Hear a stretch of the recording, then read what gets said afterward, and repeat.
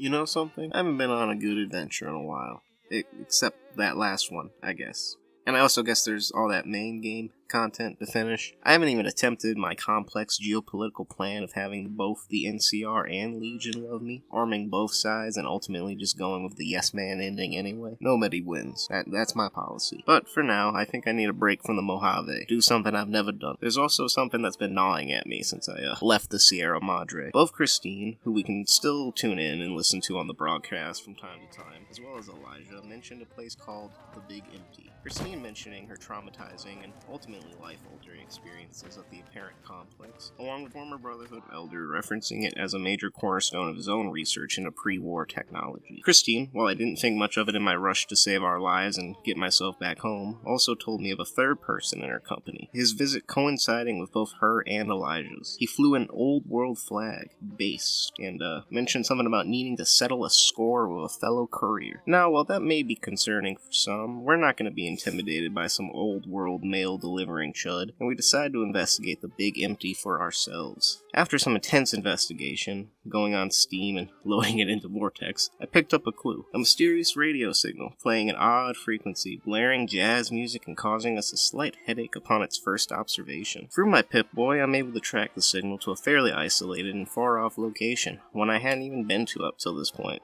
Maybe because it didn't exist until I downloaded the DLC, whatever. I also read online while researching my last video a bit that the Big Empty is likely the most viable and realistic place to trade the gold I picked out of the Sierra Madre. So, discovering the location and realizing I have a bit of time to kill till dark, the area being inactive until a certain time of night, I go to the abandoned BOS bunker and retrieve my loot. Circling back to the drive-in and actually getting close enough to make out some of its finer details, we immediately find the source of this mysterious and ear-splitting signal. A crashed and barely functioning satellite, projecting a disturbing and low-res loop of a blinking, disembodied eyeball. I'm pretty sure I, once again, can't take hoodless Veronica with me, so after loading her up with some items I'm pretty sure I won't be needing on my journey, I send her on an extended vacation to New Vegas and begin interacting with the busted equipment. The space-age material comes alive immediately, showering us in a veil of blue light and knocking us unconscious, the intro playing in tandem with our disassociation from the Mojave. Much in the same fashion as the Dead Money intro, Old World Blues starts with a stylized and visually pleasing series of animated slides. However, while the last seemed to be a callback to the 90s hero aesthetic art of the original games, these are clearly constructed to bear resemblance to the many in-game comic book series and even magazine buffs. Grognak or even La Fantôme come to mind while viewing them. These honestly keep getting better, and I'm excited to see what Honest Hearts is going to start with next. We learn, in a roundabout sort of way, that the Big Empty was once actually known as Big Mountain, hosting an array of researchers in a secure and secretive testing facility. This collective, known as the Think Tank. This is where much of America's wartime technology came from. The facility, along with its selection of highly educated researchers, providing a great advantage in the lead-up to the bombs falling. Headed up and supervised by one Dr. Mobius, the team worked in perfect cohesion for a time, committing joint atrocities and experiments as a unit, even as the apocalypse unfolded around them. Big Mountain shielded, both via its secrecy and location, from the devastation of nuclear fallout. Yet, as their work progressed, their bodies began to fail. The team, unwilling to cease their important work for a minor inconvenience like death, made the joint decision to extract their brains via specially trained autodocs, having them placed within autonomous and roaming robotic bodies. For a time, this worked to the researchers' benefit. But, despite the neurogel application and constant chem usage, their minds degraded as well. Dr. Mobius in particular, who, after seeking to consolidate the think tank under his command once and for all, was cast out of the main dome, trapping the four others within Big Empty and swearing constant war upon them before he went. And this is where we find ourselves, on the balcony of the think tank, many distinct and surgically induced scars covering our body. At least we have our weapons still, well, along with our armor. Sorting that out real quick, we have a brief look around the facility's nighttime landscape and head inside. We quickly find where we need to be, entering the think tank and instantly being hit with a feeling that's only described as pacification, leaving us unable or unwilling to draw any weapons or even raise our fists. Confronting the think tank, the collective appears surprised to see us moving around, declaring us, each stumbling over the other to do so, a successful experiment, our lobotomy going exactly according to their plan. We're pretty confused by this claim, yet we can't seem to get a word in edgewise of these guys. Dr. Klein, the de facto leader of the deranged scientists, seemingly the most skeptical of our abilities and repeatedly referring to us as lobotomite. To be fair, I'm pretty sure they each call us that at some point, but Klein seems as if he really means it, despite not having the best cognitive functions himself, and not really exactly remembering why our procedure was performed in the first place. Just as it appears the bickering five are going to let me speak, this guy, or brain, or whatever, pipes in and alerts us to an incoming transmission to the think tank. It's Dr. Mobius. He's all scuffed and shit. His voice is pretty villainous. The things he's saying, not so much, to be honest. I'm not even sure if he's aware that he's broadcasting until about the last 10 seconds he's on the screen, but the think tank is pretty rattled. With this, and a little prodding from Lady Dr. Dalla, who I'm fairly certain likes us, Dr. Klein and the others begin to take us a bit more seriously, entertaining a few of our questions and even holding back the comedic, jingoistic insults for at least a time. Apparently, as that happens to most who stray into, or are ensnared within the Big Empty, our brains were extracted for the purpose of research. Research for what? I guess we'll get into that later. Yet, for now we learned that our fairly standard procedure, or at least standard by the think tank's standards, was mysteriously interrupted, the attending autodoc breaking upon its completion of the lobotomy and the coding within it becoming corrupted, destroying any chance of knowing why this even occurred. Well, actually, my brain itself would probably know, but that's not here either. It's not destroyed like the autodoc, thankfully, but it's not within the think tank's domed facility, leading us to sort of lose our cool with the insane group for a moment and ask exactly how one even misplaces a whole brain. They don't know. Okay, really? Yet they guess, pretty accurately I might add, that Mobius likely has my brain, sequestering it in a fortress across the complex known as the Forbidden Zone. A zone that is, well, forbidden. So, how am I walking? Well, they don't really know that either, but they can deduce, being scientists and all that the autodoc must have implanted connective and wireless Tesla coils, sci-fi mumbo-jumbo, into my skull that, in part, transmit sensations to my brain and thoughts to my, well, body. Okay, let's just move on. This is getting a bit confusing. The think tank, by their own admission, hadn't really thought of me until I walked into their headquarters. Yet, now that I'm here, speech and intelligence checking them like no one's business, they're quite interested in using me to their own ends. And since I'm unable to really resist, and these guys couldn't even give me what I really wanted if I could, I agree to help them and end Mobius' tyranny once and for all. Before I'm cut loose, though, they give me the rundown on a few things they do know. They remember, or at least Dalla does, extracting a few more of my vital innards, mainly my heart and spine, leaving me with two new and optionally temporary perks, that being the heartless perk along with the spineless perk, in addition to the brainless perk. Spineless leaves your torso unable to be crippled, same goes for brainless, but it's, for your noggin, and heartless gives you a 50% resistance to radiation and other forms of poisoning. Getting that out of the way, the think tank informs us they'd hate to see their first non-feral experiment in years succumb to the occupational hazards of the Big Empty, equipping us with two specialized weapons and informing us that one, a specially crafted sonic emitter, is in need of several upgrades in order for it to be fully of use to us. The weapon, possessing the ability to disable force fields, several of which are deployed on our path ahead, apparently needs a reboot of some kind after years upon years of neglect. Dr. O, the voiceless one here, does this to the gun, passionately recharging it on our behalf.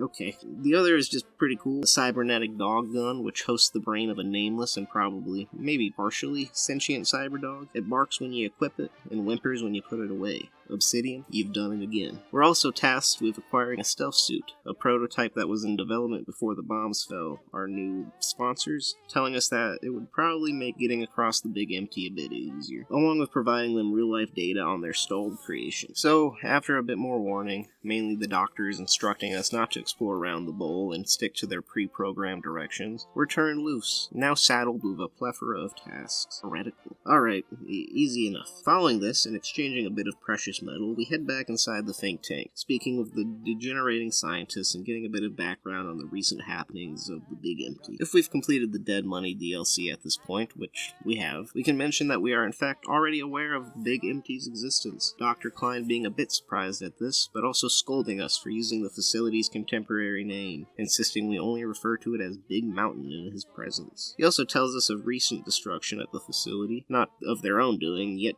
can't seem to remember the finer details of this, brushing them off and looping back around to Mobius. Next we speak with Dr. Boris, the most patriotic and likely paranoid of the bunch, who refers to us, amongst other things, as a commie pinko. Ouch. Boris, in between railing about his high school days and the peers who he attended the institution with, mainly one Richie Marcus, drops a bit more information on us than Klein. Apparently not too long back, not long enough to where they would have forgotten completely, the Big Mountain had a few more non-lobotomite-coded visitors arrive. Boris, however, hardly interacted with the Free. The Free? If we want concise answers on this matter, though, we're going to have to speak with Dr. 8. Dr. 8, probably the most passive amongst the collective, explains to us that once upon a time, almost one after the other, 3 individuals appeared in the Big Empty, each seeking alternating yet equally lofty things. We have a good idea of who the first 2 are, that being Elijah and Christine. Elijah assumedly showing up first, being tracked to the complex not too long after by the tenacious and vengeful woman. The 2 did a bit of battle here, as indicated by Dr. 8, destroying the integrated train system connecting several parts of Big Mountain, while also damaging Dr. O's voice box upon his attempts to intercede. We attempt to draw out more information about this unknown third entrant, but 8, mostly concerned about the ongoing damage to Big Mountain's essential structures, did not have the chance to interact with him at the time, and points us back toward Klein, who hosted a lengthy conversation with the man. Heading back over to Klein, we ask if he recalls the prior incidents described by his colleagues. He confirms that he does, even if they are vague memories, his conversation with this unknown third relating mostly to history. The man was carrying an old world flag after all, so his curiosity seemed justified at the time. Funny, the courier Christine told us about was also carrying one of those, looking for someone fitting our description, and now we find ourselves here. Klein doesn't really have much to add, aside from confirming what we didn't know that we already knew. But does that make sense? I don't know. Now, I realize most of you are grown-ups, my analytics tell me so, but this DLC is unbelievably thirsty, which makes sense as all these evil brain creatures were once human beings with all the urges and trappings that come along with that. But, speaking of Dala, in order to knock this section off our itinerary, my earlier vibes from the Lady Doctor are pretty much confirmed. Using a few buffs, I raise my perception and question her fascination with my, anatomy. She admits, if we pass the check, that her sequestering has left her rather frustrated. High intellect or not, I guess she still has her needs. This is where we find the absolutely absurd option of slowly blinking at the brain, licking our lips, and, I think, stretching? I imagine I was doing it cat style, but that's besides the point. If we run down the speech tree in this way, Dala will proceed to do this, and we will complete a quest that I don't remember being marked or not. I don't know. I was too distracted, you know? Okay, that's over. Let's cross that off and get out of the think tank. Exiting the dome, we find the landscape to be presented ragged, scarred, and with a bit of danger. Well, it has a lot of danger, actually, but none that we can really observe. We are only jaunting a short way for our first exploratory task, after all. On our way over to upgrade the emitter, we run into our first lobotomite. The poor fella absolutely mutilated, yet still being a wicked shot, getting a critical off on me and blowing through my armor. I miss playing Fallout 2. He does do way more damage than I anticipated, leaving me unsure of how to handle these guys for most of the DLC. Their aggression, combined with their accuracy and tendency to group up, making them pretty brutal fighters, even at our advanced level. Arriving at the X8 Research Center, not too far from the current complex, we let ourselves into the basement and are confronted by several hostile Mr. Gutsies, their origin and design actually being that of the Big Empty, meaning they're pretty abundant within the complex. Eventually we carve a path through the opening levels of the station, finding ourselves in a secluded and hastily abandoned testing room. Housing several documents, along with detailed diagrams, we find out Big Empty was also likely the source of robo-dog usage in pre-war America, these canines mainly being put to work as police dogs or military operatives. No time to focus on that though. The voice of Dr. Voris, which we later find out to no event is pre-recorded, pipes in through the loudspeaker, instructing us, the lobotomite, to step into the main testing chamber, and we do so, finding, to my amazement, but not really shock, especially after our previous conversation, that Dr. Boris has constructed this place to be an exact replica of his former high school. This is alarming, leading me to realize that all of the Doctor's minds, not just that of Mobius, are far more regressed than I had previously thought. No matter though, as we're locked into this sequence until we figure out a way to the upgrade. We dodge past those foreshadowed robodogs, me being aware of their knockdown capabilities and wanting to keep my distance, shooting at them with rifles or just blowing them up before they get too close. We find a couple keys and exit out the other side of the simulation to a series of maintenance and storage tunnels. This is where, having the Wild Wasteland perk, we witnessed this amazing sight. Very peak. Thank you, Chris Avalone. Even though I'd truly love to, we unfortunately can't enjoy this forever, heading off and accessing another open-ended part of X8. This appears to be, at least from what I can gather, where robodogs were formally tested for combat effectiveness. And, unbeknownst to us, the home of Dr. Boris's pet dog, Gabe. Now, Gabe is not just any pet dog, he's a cyber dog. One Boris is quite proud of, actually. But he's also not just any cyber dog, he's an absolute unit, and can be found in this connected cave here. He also carries a fairly essential part of the emitter, one which disables the many force fields found around here at the Big Empty. He's not very tough at our level, 308s amongst other fun and high-powered types of ammunition, doing the job for us pretty quick and putting Gabe down. Boris, as we will find out later, is rather proud of Gabe, but doesn't seem to have the deepest of emotional connections with him, at least in the state he finds himself in now. I mean Boris, not Gabe, who is dead. At any rate, we collect the part, cross the emitter off our agenda, and exit back into the station, and retread into the old high school simulation. Our next objective, the stealth suit, I thought could be found here as well, and I was very wrong.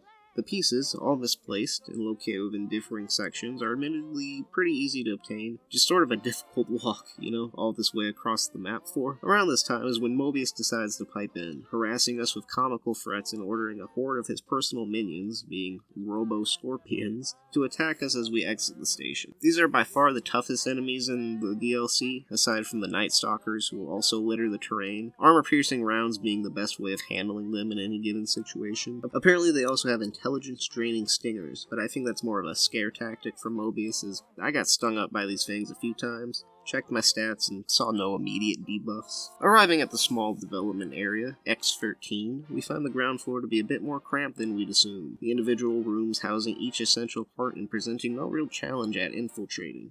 We equip the suit, listen to the silly robot voice, and head into the basement's testing area in order to run down some of these upgrade challenges. The first, which is mandatory and required to activate the suit beyond its most basic capabilities, is probably the hardest. The rest, if your lockpick is high enough, are just easy and rather cheesable, which I took the opportunity to do a few times, racking up the suit's stats as much as I could before growing too bored. After this, I think the DLC's main content probably played out shorter because I did it in this order. We head off to X2, a simple transmission station. Here, at the behest of the think tank, we must dismantle the large and complex station perched atop its roof. Well, we really only need one part, actually. One put in by Mobius himself for the purposes of disrupting the think tank's productivity through hypersonic waves, I guess. At least that's how they figure it, and they're geniuses or something. Whatever. We head out, the expansive nature of the map really becoming apparent at this point as we're allowed to move non-laterally across it for the first time in 2 hours. Everywhere we look, there's evidence of continuous and progressively unhinged experiments. The think tank's goals clearly becoming loftier as they age, and madness begins to tighten around the collective's once brilliant minds.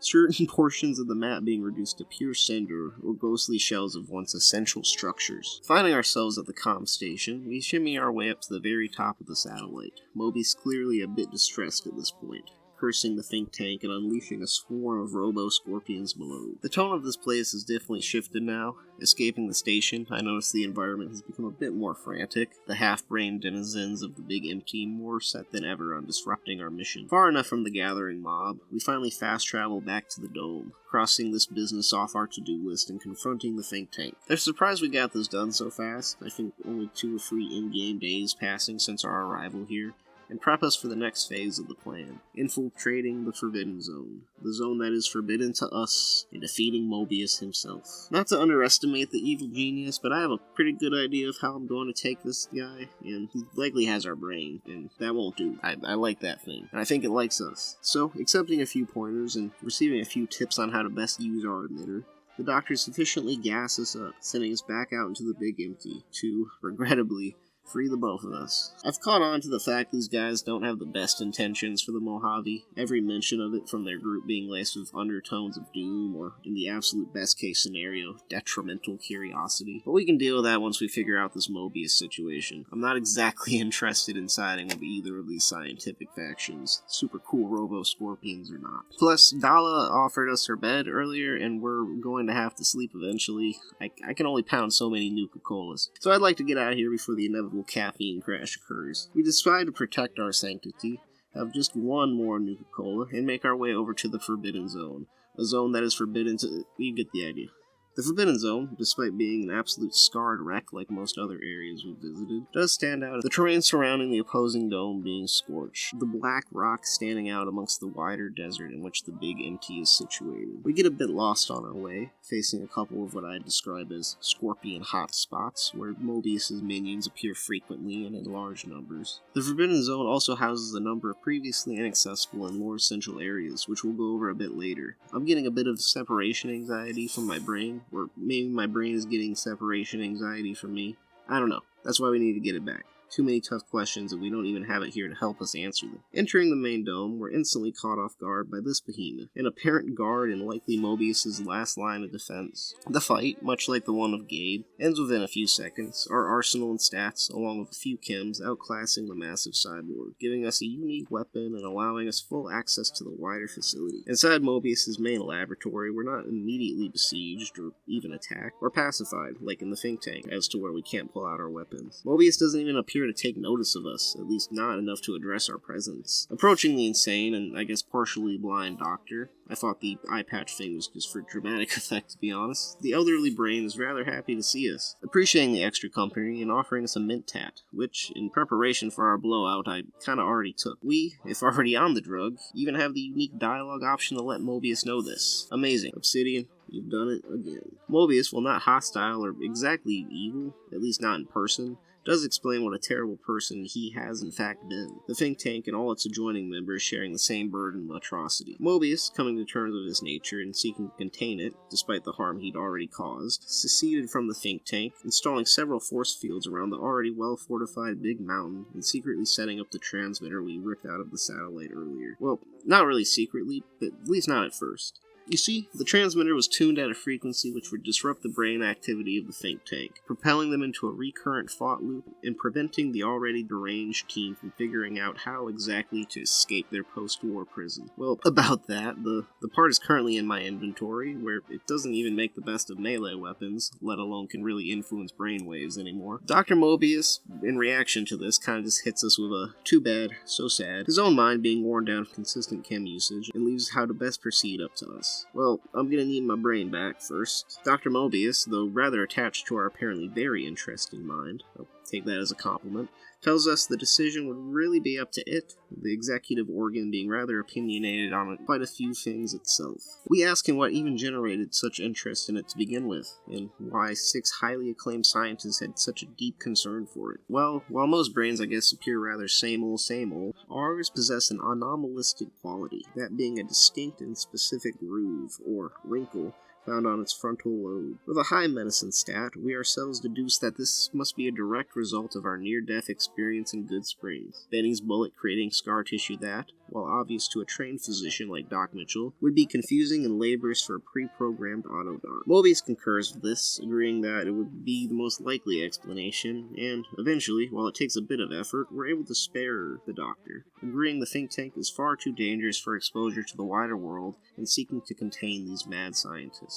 But first, we gotta have a tough conversation, some self-reflection, one could say. Our brain, while in decent condition, all things considered, is not too happy to see us, as the fleshy organ begins to read us the riot act, condemning us for all sorts of dangerous, and often courageous, actions taken throughout the course of our travels. I'm not about to lie to it, I enjoyed that stuff, found it rather fun in fact, and we tell it this. A bit appalled, but unsurprised by our brutishness, our brain lays out a few conditions by which it would be willing to rejoin my body. That being regular doctor checkups, a bit more impulse control, and even mentioning Julie Farkas at the old Mormon fort, who I don't think I've even spoken to once throughout this character's existence. We agree with ourselves, finding a bit of truth in all the nagging, and promising our brain to be extra good to it. And it was just bluffing. Our brain actually likes it here quite a bit, Mobius being decent enough company, and danger pretty much being reduced to a net zero while in his jar. But I'm not giving up that easy. Believe it or not, I've grown rather attached to my brain throughout my life, and just leaving it here is not really in the cards for me. Who knows how long these Tesla coils will even last anyway, and it's not like they make me immortal or anything. Through a series of speech checks, the stat being near 100 at this point, we convince our brain that stimulation is pretty hard to come by while being all locked up, that he'll eventually get bored or just addicted to chems anyway, and he will soon miss the rush of Mojave living. The brain agrees. Besides, it turns out he doesn't have the highest opinion of the think tank either, probably preferring not to be a permanent neighbor of theirs for most of the next eternity. So it's settled. The brain will stay here, flush its way over to the sink, and meet up with me after I defeat, or talk down, the think tank.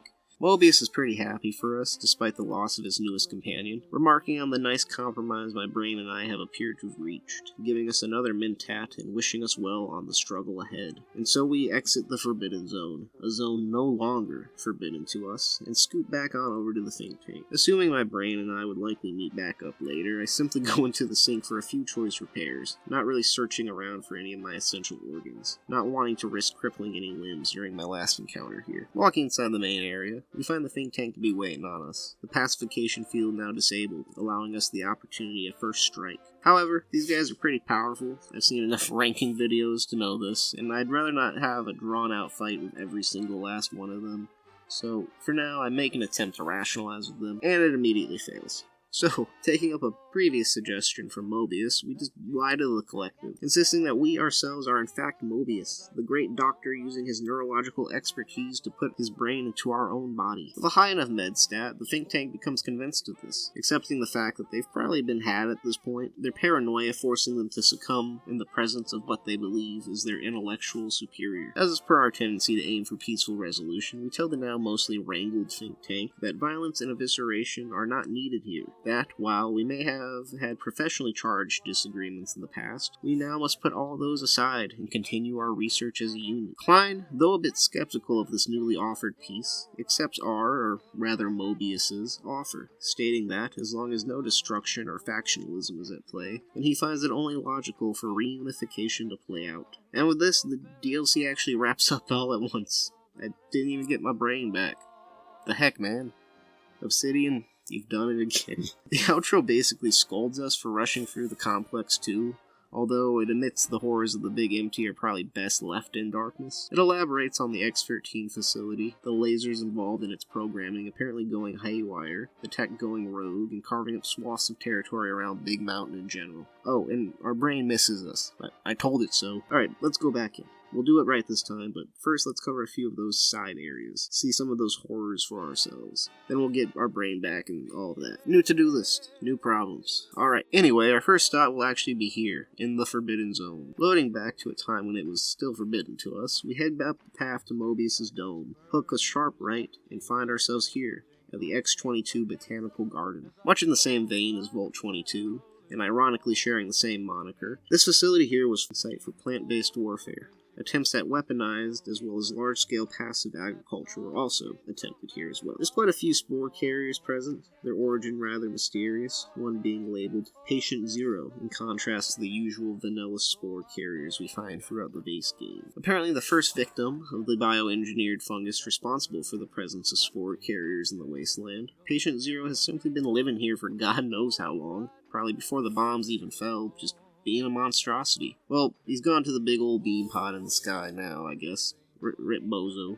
He also has an odd and unique healing item on his person. This particular field trip is rather short, the building being designed in a fairly self-evident way, and the carriers being obvious expansions on Vault 22's lore. Moving on. Our next visit on this lovely tour of Big Mountain happens to be the Little Yangtze prisoner camp, located in an odd and isolated pocket of Big Empty's landscape. This is where, during the Sino-American War, Chinese prisoners were held and forcibly experimented on by the U.S. Army, all which were captured from various battles. Several are actually alive, greeting us as we enter the camp's gates, every last one of them likely being driven insane, being ghoulified and unable to communicate with us, even if they wanted to, which they don't. They just want to run a fade.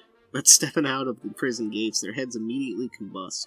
Bomb collars around their neck. This is likely where Elijah obtained his own set of collars, using them to some minor success on us back at the Sierra Madre. We find a bit of evidence to support this actually, as not too far off, and nearby the camp itself, in what I can only assume to be a guardhouse of some kind, we find Christine's rifle. This makes me pretty happy, and unexpectedly so. The reminder of my old friend hitting me just right and distracting me long enough to where I don't even notice this raging group until they're already right on top of me. This game and the way it can make you invested. I swear. Solving that issue, we realize now probably isn't the best time for commiseration, old friends or not, and set off and away from the now eerily quiet death camp. Breaking away from the mainly circular pattern we've traveled in up till this point, We pay a visit to probably one of the more lore-essential and maybe consequential labs in the whole facility, the Z9 Preservation Lab, or, as it's known by people familiar with it, the birthplace of Night Stalkers.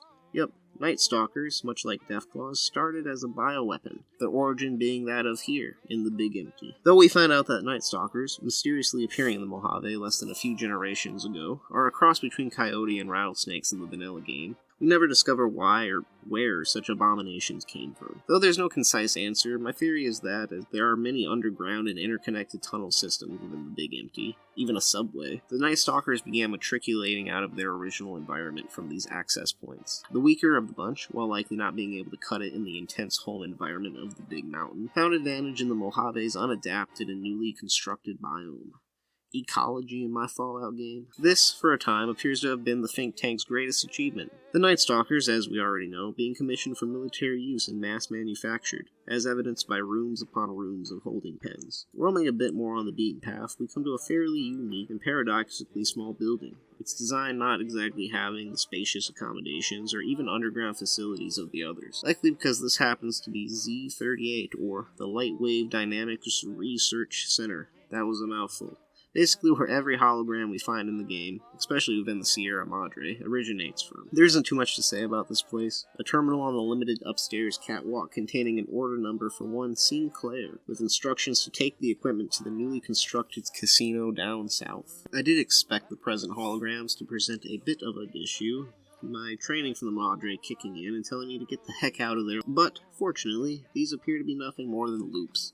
More for advertising and testing purposes than security. And that leaves us, as I figured it'd be the most impactful, with one particular area. Higgs Village, the former housing center for the think tank scientists. When they still required housing, of course. I was actually kind of amazed when I first arrived here. All the residential buildings placed inside this expansive warehouse reminded me of Synecdoche, New York. A movie about a guy who creates an entire city inside a warehouse in order to prove that art imitates life, and vice versa.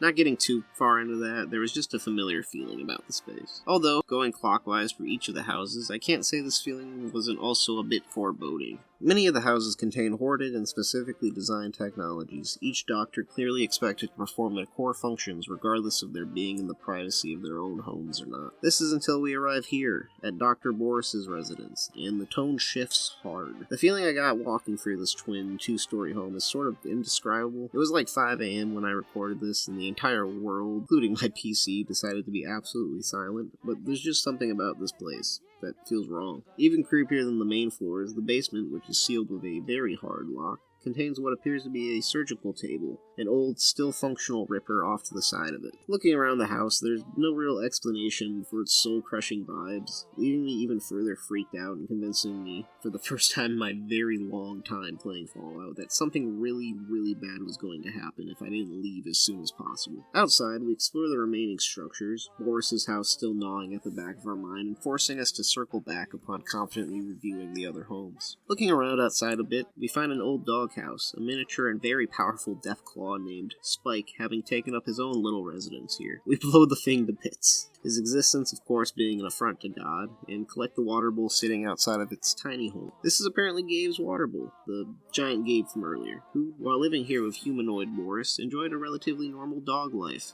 before, the forced gigantism and all. Adding the item to our inventory, we are given a quest, a brain's best friend, being tasked with delivering the old memento to Boris at the main dome. Capping off our little tour this way, we head over to the think tank, giving the monster his doggy heirloom. Boris, while probably one of the more vocally violent scientists, has a brief moment of humanity here, describing his once deep love for the canine known as Gabe, feeling a bit of guilt even for turning him into another one of the Big Empty's attractions. And, with a bit of sightseeing under our belt, we head back and get our brain. It goes pretty much identical as before. I really only wanted the satisfaction of just getting the brain back. My heart and spine aren't exactly as important, nor do I really think I'll need them in the coming journey ahead. My brain, though? How else am I going to write these videos? And, with the secrets of the Big Empty now forever exposed, and our gray matter exactly where it belongs, we can exit this hellscape and rejoin the hustle and bustle of our favorite desert region. And the video is over. Thank you for watching. I had the flu this week, meaning this might be slightly behind schedule, probably just by a day or two, but still, consistency is very important to me, and I know a few of you did in fact enjoy the last one. last one was Dead Money, so, you know, if you didn't watch that, go do it. I'll be doing Honest Hearts next, so be sure to subscribe. I also have some Fallout 2 content you can enjoy along with several shorts I just don't know what to do with. Click the Enclave one, it's my favorite. Courier had scoured much of the Big Empty, although secrets still remained in the crater's depths. Perhaps that was for the best, however. Curiosity, while sometimes rewarded for its efforts, often proves to be equally dangerous. Dr. Mobius continued his research undisturbed in the Forbidden Zone. As much as he had attempted to create better scorpions, he tried the same with humanity, with considerably less success. These failures didn't bother him overmuch. Once the rush of mentats wore off, he forgot he had failed in any event. After all, the bright young mind who had come to visit him in the Forbidden Zone had already exceeded his expectations. The sink was strangely silent, which it had never been in previous years. The lack of personality modules made the base lifeless and sterile. Blind old Jefferson, with sounds the courier brought him, created a symphonic counter-frequency that saved Big Mountain from sonic invasion in 2910. If you didn't hear about it, good. As the courier ran through the X8 facility multiple times, the computers analyzed the test subject's movements. Rather than performing a superficial observation, they realized the subject barely knew what communism was, or even what a high school was. This confused them for a time, until the facility finally realized that its research had succeeded. So it let its cyber dogs out into the wastes to help protect small communities from physical aggression rather than communist propaganda. The infiltration program in X-13 continued to scan for the subject and the stealth suit prototype long after the test was over.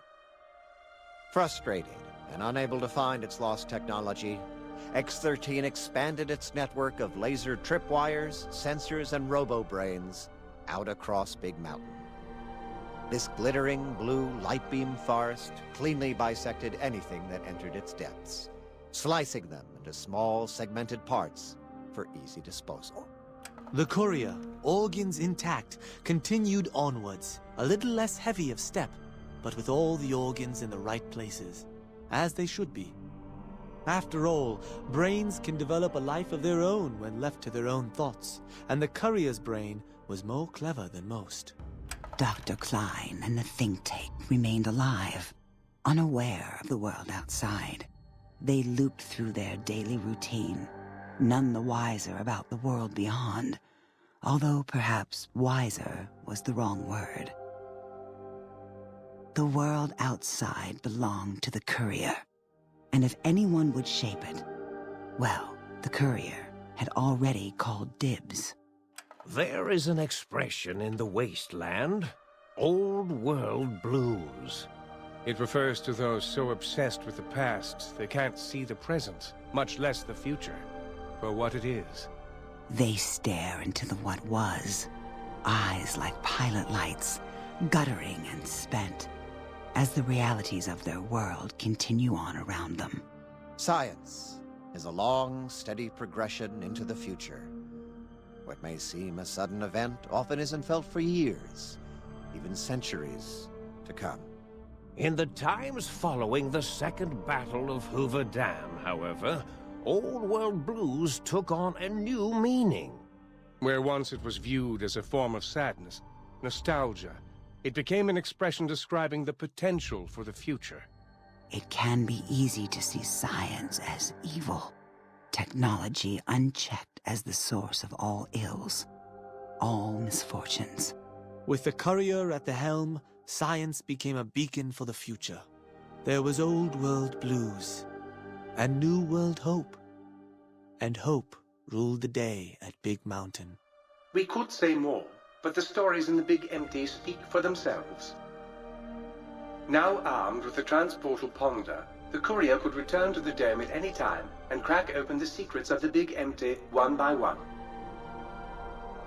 The sink sat vigilant, waiting for its master to return, shoes covered in Mojave dust. Only one road yet remained, and it was one the courier had to walk alone.